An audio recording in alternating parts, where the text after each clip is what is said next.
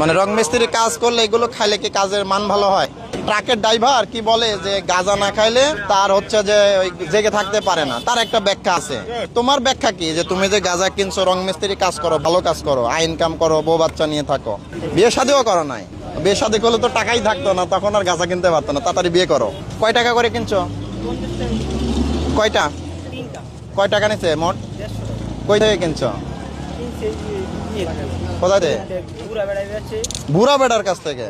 ও, তো এখন এই যে বেঘরে তুমি যে ধরা পড়ে গেল, এখন কেমন লাগলো বলো, তোমার অনুভূতিটা বলো।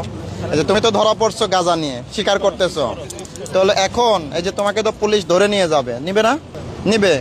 তোমাকে ধরো যে জেলে যদি পাঠাই আমরা, এটা কি অন্যায় হবে? অন্যায় হবে না?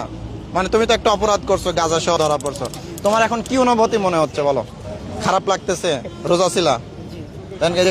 এখন কালকে তো তোমার আমাদের থানায় তো তোমার সেহেরি খাওয়া লাগবে। হ্যাঁ, তোমার তো আজকে রাতে সেহেরি থানায় খাওয়া লাগবে। আল্লাহ না করো কালকে তো তোমার জেলখানায় ইয়া করা লাগতে পারে, এই কি বলে, রোজা রাখা লাগতে পারে। তো এটা কি ভালো হইলো? তুমি একটা রাজমিস্ত্রির কাজ করো, রং মিস্ত্রি, কয় টাকা বেতন পাও পার ডে? বাসায় কে কে আছে? থাকো কোথায় এখানে? বলো কেমন হলো তাইলে জিনিসটা? বলো সবাইকে, বলো যে যে আমি নিয়াত করতেছি আজকের পর থেকে আর নেশা করবো না, গাঁজা খাবো না।